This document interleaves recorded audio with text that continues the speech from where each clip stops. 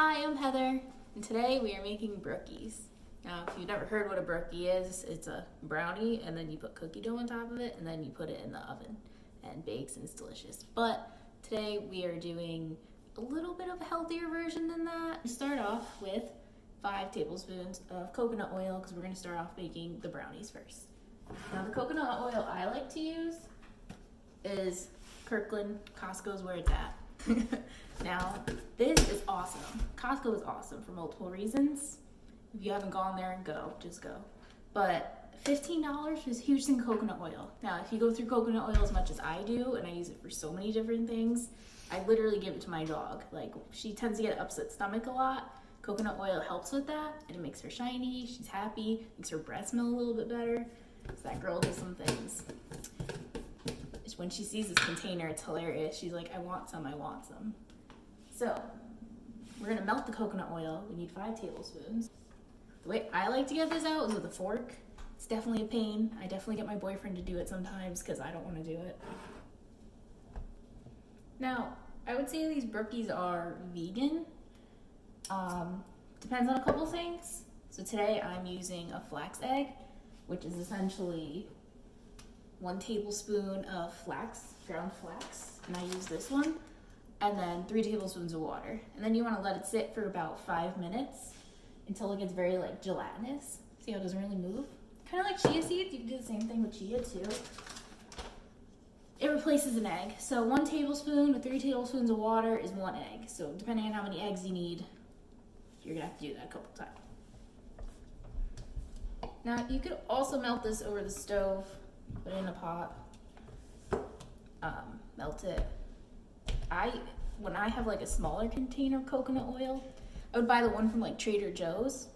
When I had a smaller one of that, I would literally run it under my sink with hot water and it would get pretty melted. Coconut oil melts really fast. Okay, so right now I'm mixing the coconut oil and the truvia. So this calls for 3 eggs. So I was talking before about the flaxseed egg. This is my flaxseed egg. It has like a goopy, very goopy texture. I'm gonna add that. Okay. You're gonna want to blend it pretty good.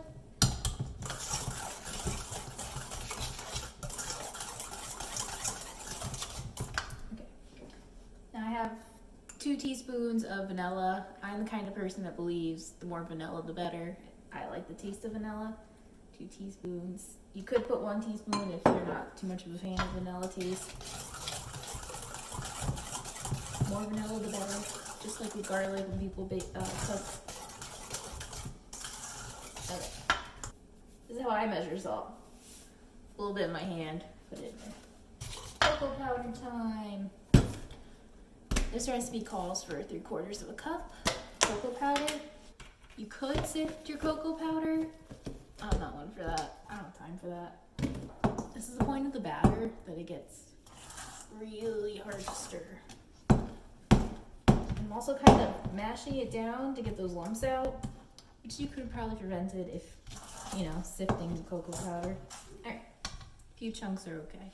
So next, we are going to put almond flour. This recipe calls for 1.5 cups of almond flour. This is the point in the recipe where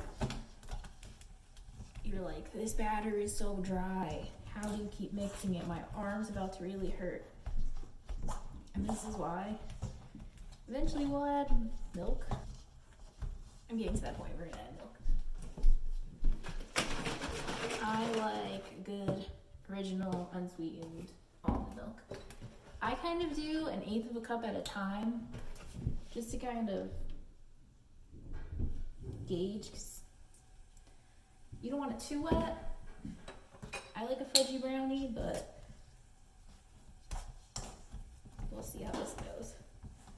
I'd say about 1/4 cup. I'm probably gonna do 1 more. Over here, I have 8x8 dish, greased. I just use cooking spray. I've tried spray coconut oil. I don't know if it's just the ones I tried that they don't always work out. And I hate when my baked goods stick to the pan because that's a pain to clean. Also, you could always just line this in parchment paper. It's an option too. So, scrape out all the good stuff. Gotta work it a little bit because it's thicker batter. It doesn't have to be too smooth, it just needs to be pretty even, so when it bakes, you know that it's all good to go. You don't have some sides that are a lot thicker and then some sides that are thinner. You want it to bake evenly. So that looks pretty good. I'm gonna put that off to the side. We're going to get started on our cookie dough batter. I like to use whole wheat flour. I'm not trying to make this 100% gluten-free. You could always just use your favorite cookie dough recipe that you like. In this bowl, I have all the dry ingredients, which is flour, salt, and baking powder. I'm gonna put that to the side and we'll get started on our wet ingredients. So right now, I have brown sugar and truvia. Now, when you do the brown sugar, you wanna make sure it's packed just like this, so it looks like the shape of a cup. I'm gonna add my melted coconut oil to it. I'm just gonna whisk that up. And then I'm adding my flax egg to it. Again, I use 2 teaspoons of vanilla. Taking my dry ingredients again. Do about half of the flour. Fold it in.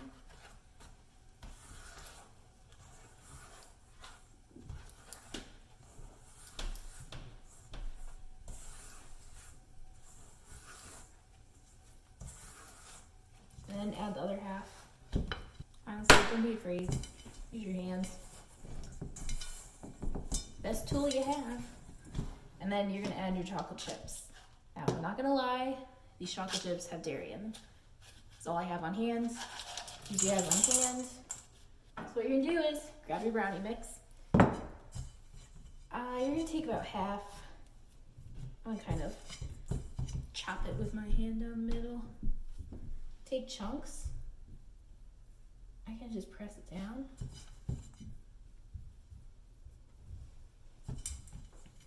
You just want to get, I'm going to do it this way. You just kind of want to get an even layer of cookie dough on top of the brownies.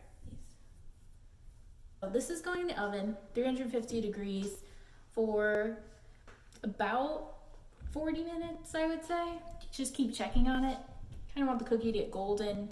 Put a toothpick in, make sure everything's, could be a little bit crumbly, but not wet. So it's going in. I will be back when they're done. Okay, so the Brookies are done. They just came out of the oven. It took about 35 minutes in the oven. Toothpick went in, came out clean, so great.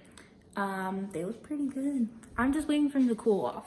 So it's nice and golden brown up top. Toothpick went in nice, a little bit wet, but not too much. Let them cool off about 15 minutes. Yesterday I let them cool off pretty much 30 minutes, almost an hour, then cut them up. I like to store them in the fridge. I would say about 5 days in the fridge.